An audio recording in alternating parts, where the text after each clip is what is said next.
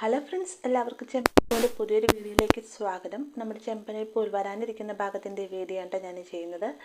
അങ്ങനെ സുധിയാണ് രേവതിയുടെ മാല മോഷ്ടിച്ചുകൊണ്ട് പോയത് എന്നുള്ള സത്യം സച്ചിയെ രേവതിയെ മനസ്സിലാക്കിയിരിക്കുകയാണല്ലോ. എന്നാൽ ഒരു 100-99% രവിക്കും അതുപോലെ തന്നെ ശ്രീകാന്തിനും വർഷയ്ക്കും എല്ലാം അറിയാം ഈ ഒരു മോഷണത്തിന് പിന്നിൽ സുധിയാണെന്നുള്ള കാര്യം. അതിനു വേണ്ടിയിട്ടുള്ള തെളിവ് സഹിതം തന്നെ നമ്മുടെ സച്ചി രേഖകൾ ഹാജരാക്കുന്നുണ്ടെങ്കിലും ഇതിൽ നിന്നെല്ലാം തന്നെ വളരെ ഈസിയായി തന്നെ ചന്ദ്ര സുധി രക്ഷപ്പെടുത്തിക്കൊണ്ട് പോവുകയാണല്ലേ. അങ്ങനെ ഇനി എന്ത് ചെയ്യുമെന്ന് സച്ചി ചിന്തിച്ചുകൊണ്ട് നിൽക്കുന്ന സമയത്താണ് രേവതി പറയുന്നത്, ഇങ്ങനെ ആൽമരത്തിന്റെ ചുവട്ടിലായിട്ടൊരു സന്യാസി ഇരിപ്പുണ്ട്, അദ്ദേഹത്തിന്റെ വെറ്റിലയിൽ മഷി വെച്ച് നോക്കിക്കഴിഞ്ഞാൽ ഈ സ്വർണം എവിടെ പോയി എന്നുള്ള സത്യാവസ്ഥ അറിയാൻ പറ്റുമെന്നൊക്കെ ഇങ്ങനെ ഒരു ദൈവവിശ്വാസത്തിന്റെ രീതിക്ക് രേവതി പറയുന്ന സമയത്ത് നമ്മുടെ സച്ചി ഒരു നിരീശ്വരവാദിയാണല്ലോ.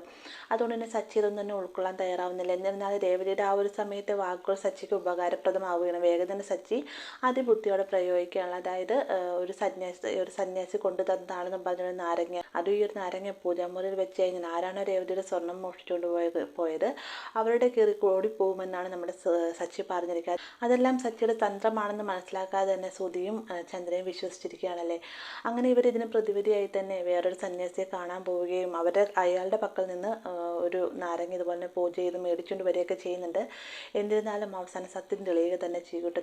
നമ്മുടെ സച്ചിയുടെ ബുദ്ധിപരമായ നീക്കൊണ്ട് തന്നെ ഈ ഒരു നാരങ്ങ വെച്ച് തന്നെ സച്ചി സത്യങ്ങളെല്ലാം തന്നെ തെളിയിക്കുന്നുണ്ട്.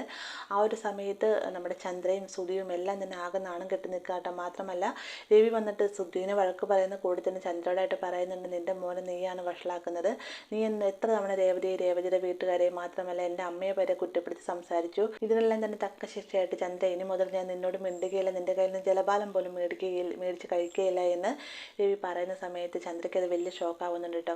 പെട്ടെന്ന് തന്നെ ചന്ദ്ര റൂമിലേക്ക് പോയതിന് ശേഷം റൂം പൂട്ടിയിരിക്കുന്നുണ്ട്. ആ ഒരു സമയത്ത് സുധിയും അതുപോലെ ശ്രീകാന്തും ഒക്കെ ഭയങ്കരമായിട്ട് തന്നെ ഭയക്കുന്നുണ്ട്. കാരണം ഇനി ചന്ദ്ര എന്തെങ്കിലും കയ്യബദ്ധം കാണിച്ചാലോ എന്ന് ഭയക്കുന്നുണ്ടെങ്കിലും രവിക്കും സച്ചിക്കും യാതൊരുവിധ മാറ്റവും വരുന്നില്ലായിട്ട്. സച്ചിക്ക് സങ്കടമുണ്ടെങ്കിലും ഇവർക്ക് നല്ല ഉറപ്പുണ്ട് അമ്മ വേറെ കടുങ്കയൊന്നും ചെയ്യുകയില്ല എന്ന്. ഈ ഒരു പ്രശ്നത്തിന്റെ അവസാനം സുധിയുടെ കള്ളക്കളി പൊളിയുക മാത്രമല്ല ചന്ദ്രയുടെയും രവിയുടെയും ജീവിതത്തിൽ വലിയൊരു വിള്ളൽ തന്നെ വീഴുന്നുണ്ട്. അപ്പോൾ ഇങ്ങനൊരു ഭാഗം നമുക്ക് വരാനിരിക്കുന്നതാണ്. വീഡിയോ ഇഷ്ടമായി ലൈക്ക് ചെയ്യാനും കൂടെ ചാനൽ സബ്സ്ക്രൈബ് ചെയ്യാനും മറക്കരുത്.